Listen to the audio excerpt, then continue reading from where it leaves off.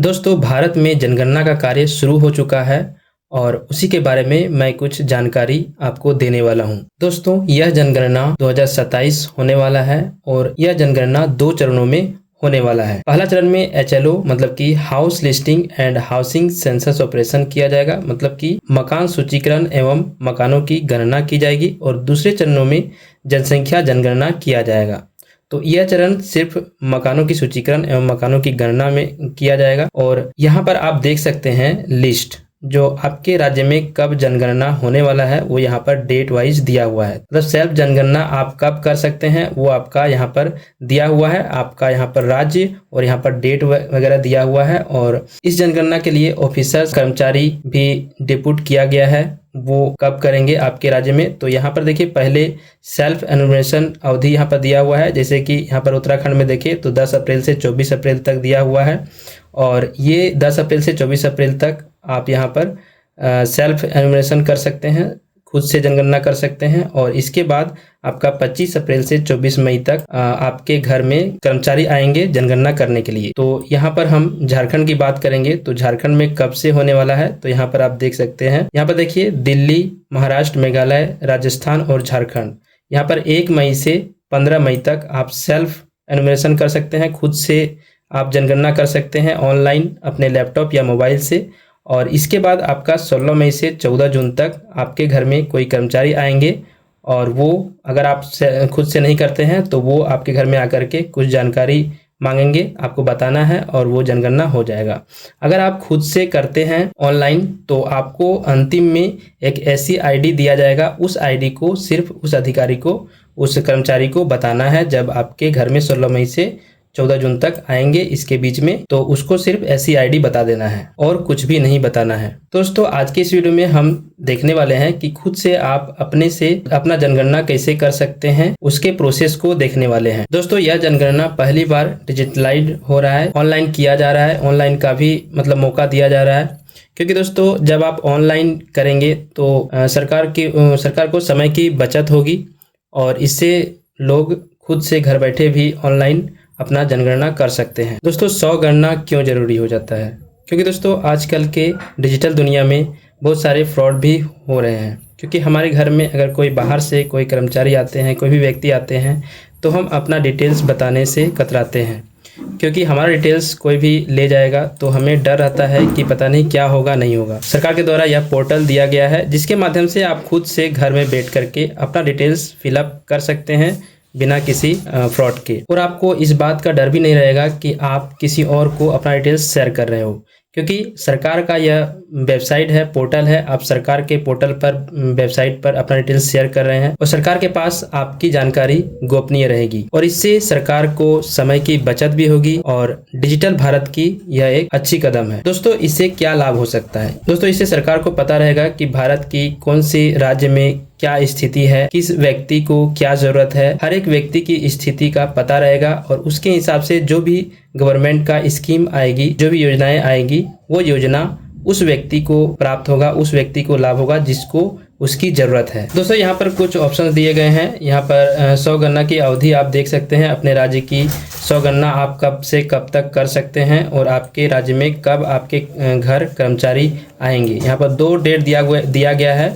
आपके जब घर में कर्मचारी आएंगे उससे 15 दिन पहले आपका 100 गणना होगा, और इसके बाद आपका यहाँ पर घर में आएंगे तो उसे ऐसी ID आपको शेयर करना है। हम यहाँ पर बताएंगे कि आप कैसे अपना रजिस्ट्रेशन कर सकते हैं, अपना फॉर्म कैसे, अपना जनगणना कैसे कर सकते हैं। यहाँ पर यूजर गाइड भी दिया गया है। तो उसके लिए सबसे पहले दोस्तों, आप यहाँ पर सेंसस ऑफ इंडिया 2027 मतलब जनगणना की वेबसाइट में, ऑफिशियल वेबसाइट पे आ जाएंगे। इसकी लिंक आपको वीडियो के डिस्क्रिप्शन में देखने को मिल जाएगा, वहाँ से आप डायरेक्ट क्लिक करके आप इस वेबसाइट पे आ जाएंगे।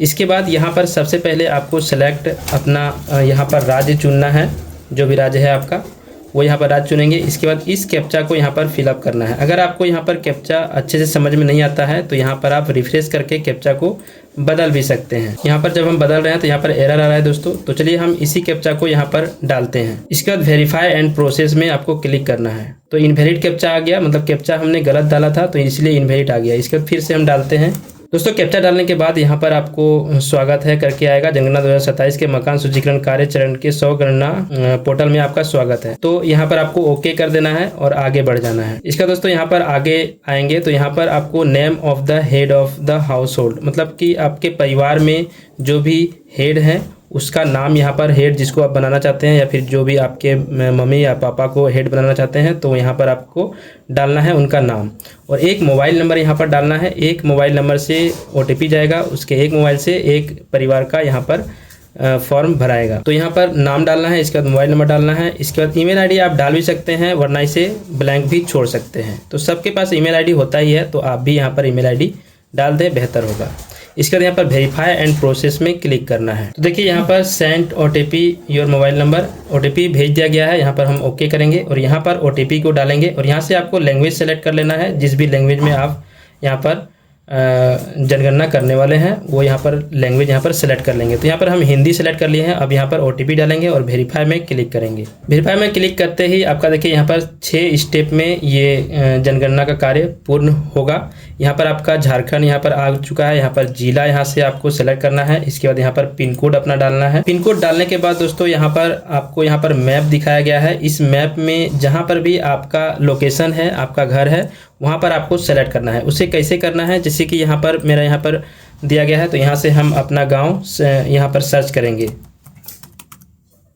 यहाँ पर देखिए हमने अपना गांव यहाँ पर सर्च किया है तो यहाँ पर इसे हम सेलेक्ट करेंगे और यहाँ पर खोजे में क्लिक करेंगे।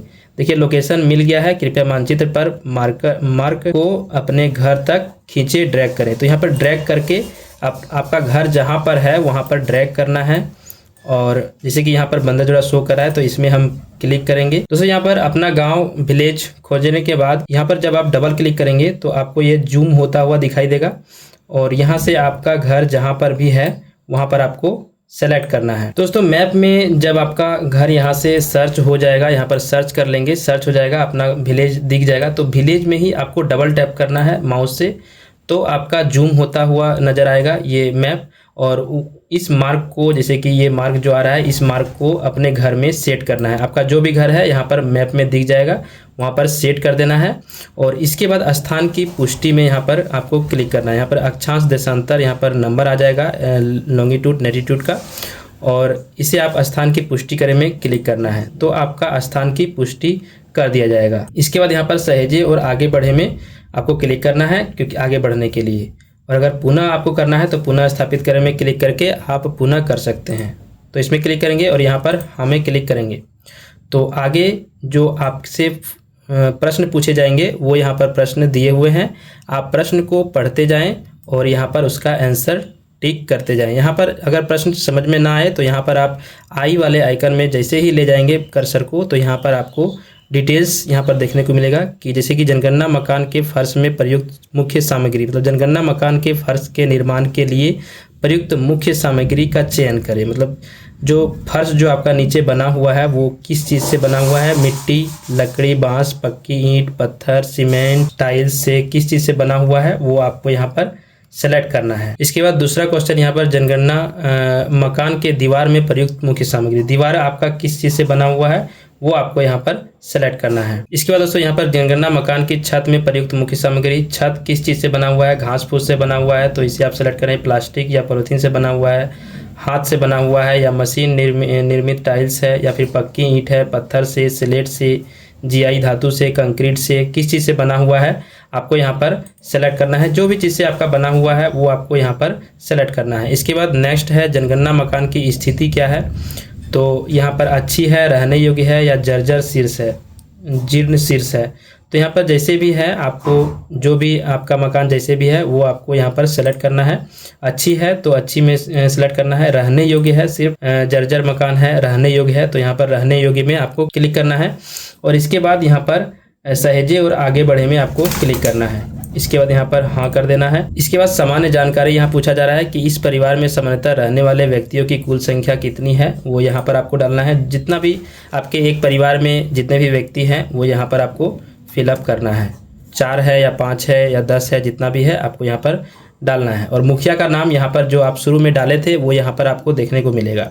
परिवार के मुखिया का नाम चुनी हुई भाषा में लिखना है, मतलब हिंदी में यहाँ पर लिखना है आपको। जैसे कि आप लिखेंगे तो यहाँ पर ऑटोमेटिक हिंदी में आ जाएगा। इंग्लिश से आप जब लिखेंगे तो यहाँ पर ऑटोमेटिक हिंदी में आ जाएगा। इसके बाद परिवार के मुखिया का लिंग क्या है, पुरुष है तो यहाँ पर पुरुष में क्लिक कर देंगे। इसके बाद यदि अनुसूचित जनजाति या अनुसूचित जाति से हैं तो SC ST OBC जिससे भी है वो यहाँ पर आपको सेलेक्ट करना है। दोस्तों यहाँ पर इस मकान का स्वामित्व की स्थिति बताना है, मतलब कि इस मकान जो भी मकान है आपका वो आपका अपना है या फिर आपका किराए में है। अगर अपना है तो अपना में क्लिक करेंगे, अगर किराए का है परंतु अभी आप जहाँ रह रहे हैं किराए का है परंतु आपका अपना मकान कहीं और है तो आप इससे सेलेक्ट करेंगे। अगर किराए का है एवं अपना मकान नहीं है तो ये आप इसे सेलेक्ट करेंगे। और अन्य इस स्थिति के अन्य स्थिति आपका बन रहा है तो अन्य में आप क्लिक कर सकते हैं। इसके बाद रहने योग्य उपलब्ध कमरों की संख्या कितनी है, इस मकान में आपका कमरों की संख्या कितनी है। जैसे कि यहाँ पर आई वाला बटन में हम क्लिक करते हैं तो यहाँ पर रसोई घर, स्नान घर, शौचालय, स्टोर रूम, गलियारे और बरामदे की गिनती रहने योग्य कमरों के रूप में गिनती ना करें, मतलब रहने योग्य सिर्फ आपका बेडरूम कितना है वो आपको यहाँ पर देना है। इसके बाद इस परिवार में रहने वाले विवाहित दंपति कितनी है, उन दंपतियों की गणना की जाए जो सामान्य निवासी हैं, भले ही पति पत्नी में से कोई एक अस्थायी तौर पर अनुपस्थित हो। ठीक है, तो विवाहित कितना है, अगर आपका सिर्फ मम्मी पापा है तो यहाँ पर विवाहित में 2 आप डाल देंगे। इसके बाद सहेजे और आगे बढ़े में आपको क्लिक करना है। इसके बाद यहाँ पर सुविधाएं वाले टैब में हम आ जाएंगे, सुविधाएं वाले स्टेप में आ जाएंगे। यहाँ पर सुविधा क्या क्या है आपका घर में, पेयजल का मुख्य स्रोत क्या है आपका, अगर नल का पानी है तो यहाँ पर नल का पानी में क्लिक करना है, उपचारित स्रोत है या फिर अनउपचारित स्रोत है, कुआं है, हैंडपंप है, ट्यूबवेल है, बोरवेल है, झरना है, नदी है, नहर है, कहाँ से आपका पीने के योग्य पानी का स्रोत है वो यहाँ पर स्रोत आपको बताना है। इसके बाद पेयजल स्रोत की उपलब्धता कहाँ से हो रही है, पेयजल जो आपका है वो कहाँ से आपको मिल रहा है, तो परिसर के अंदर में ही है, परिसर के निकट है या फिर दूर है। तो जो भी स्थिति आपका बन रहा है, अगर आप दूर से चापाकल से लाते हो पानी वगैरह तो परिसर के निकट आप कर सकते हो या दूर कर सकते हो, या परिसर के अंदर, अगर घर के अंदर आपका चापाकल है तो परिसर के अंदर आप यहाँ पर टिक करेंगे। इसके बाद यहाँ पर है प्रकाश का स्रोत, प्रकाश का मुख्य स्रोत क्या है, बिजली है, मिट्टी का तेल है, सौर ऊर्जा है या सोलर है, अन्य तेल है, अन्य प्रकाश रहित। तो आजकल तो सबके घर में बिजली है तो यहाँ पर बिजली में क्लिक करना है आपको। और शौचालय की सुविधा क्या है, तो अगर हाँ है तो केवल परिवार के उपयोग हेतु, अन्य परिवार के साथ भी साझा करते हैं, सार्वजनिक शौचालय है या फिर खुले में जाते हैं। तो जो भी आपकी स्थिति बनते हैं, आपके घर में शौचालय नहीं है, खुले में जाते हैं तो आप इसे सेलेक्ट करें, और केवल परिवार के लिए है, अपने परिवार के लिए है तो यहाँ पर आपको इसे सेलेक्ट करना है। इसके बाद शौचालय का प्रकार क्या है, फ्लश और फ्लश शौचालय निम्न से जुड़े हैं। तो जो भी है पाइप सीवर पद्धति है, सेप्टिक टैंक है या अन्य पद्धति है, तो यहाँ पर जो भी स्थिति बन रहा है वो आपको सेलेक्ट करना है।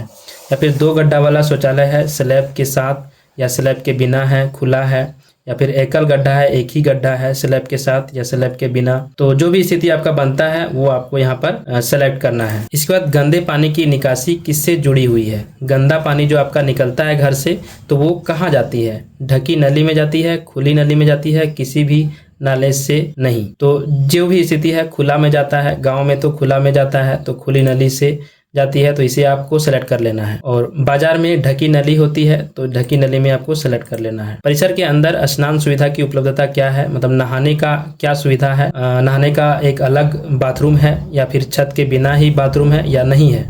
तो जो भी स्थिति बनता है वो यहाँ पर आपको सेलेक्ट करना है। इसके बाद रसोई घर और LPG PNG गैस कनेक्शन की उपलब्धता, गैस कनेक्शन अगर आपके घर में है तो यहाँ पर रसोई घर में खाना पकाते हैं किस चीज़ से, LPG से गैस कनेक्शन उपलब्ध है तो यहाँ पर इसे आपको सेलेक्ट करना है। अगर गैस कनेक्शन उपलब्ध नहीं है तो आपको नहीं वाला में क्लिक करना है। या घर के भीतर खाना पकाते हैं परंतु रसोई घर में नहीं, आपका रसोई घर नहीं है, आप घर के भीतर ही ऐसे ही खाना पकाते हैं तो आपको इसे सेलेक्ट करना है।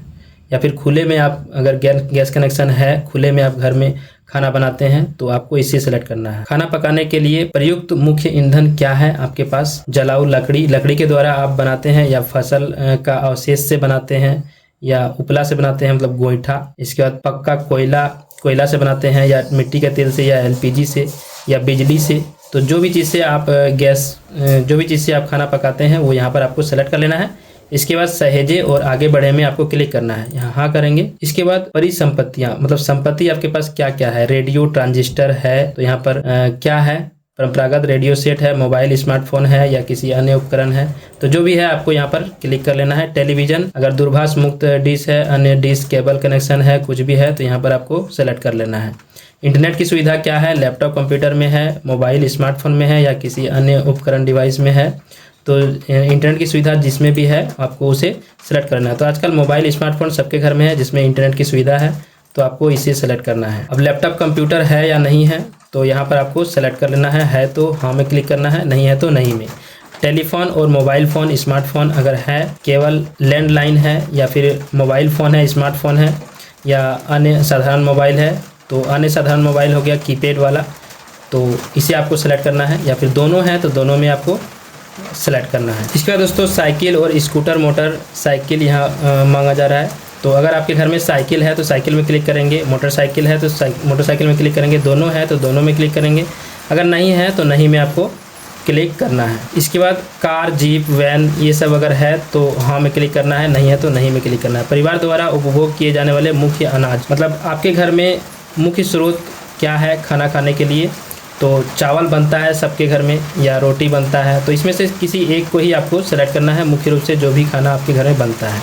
यहाँ मोबाइल नंबर देखने को मिलता है। इसके बाद यहाँ पर सहेजे और आगे बढ़े में क्लिक करेंगे तो यहाँ पर इसके बाद आपका पूर्वावलोकन कर पुष्टि करें, मतलब कि यहाँ पर एक बार फिर से आपको देख लेना है सभी डिटेल्स को कि आपने क्या क्या डाला है। इसके बाद आपको नीचे जाना है और ड्राफ्ट के रूप में सेव कर लेना है ताकि आप बाद में चेंज भी कर सकते हैं, या फिर अभी अगर आपको चेंज करना है तो संशोधन के लिए वापस जाएं तो यहाँ पर बैक जा सकते हैं आपको चेंज करने के लिए। तो यहाँ पर ड्राफ्ट के रूप में सेव करेंगे, हम यहाँ पर ओके करेंगे तो ड्राफ्ट के रूप में यहाँ पर सेव हो जाएगा। और फिर से आप कभी भी अगर लॉग आउट हो जाते हैं तो फिर से लॉगिन करेंगे तो फिर से वहाँ से आपका शुरू हो जाएगा। यहाँ पर पुष्टि करें और सबमिट में क्लिक करेंगे तो आपको एक ऐसी आईडी मिल जाएगा और उस ऐसी आईडी को जब आपके घर में कोई कर्मचारी आएंगे जनगणना के लिए तो उस आईडी को शेयर करना है और कुछ भी सवाल आपको नहीं बताना है, सभी सवाल का जवाब आप यहाँ पर ऑनलाइन दे चुके हैं। तो इस प्रकार से आप जनगणना 2027 का खुद से फॉर्म फिलअप कर सकते हैं। दोस्तों अगर वीडियो अच्छी लगी हो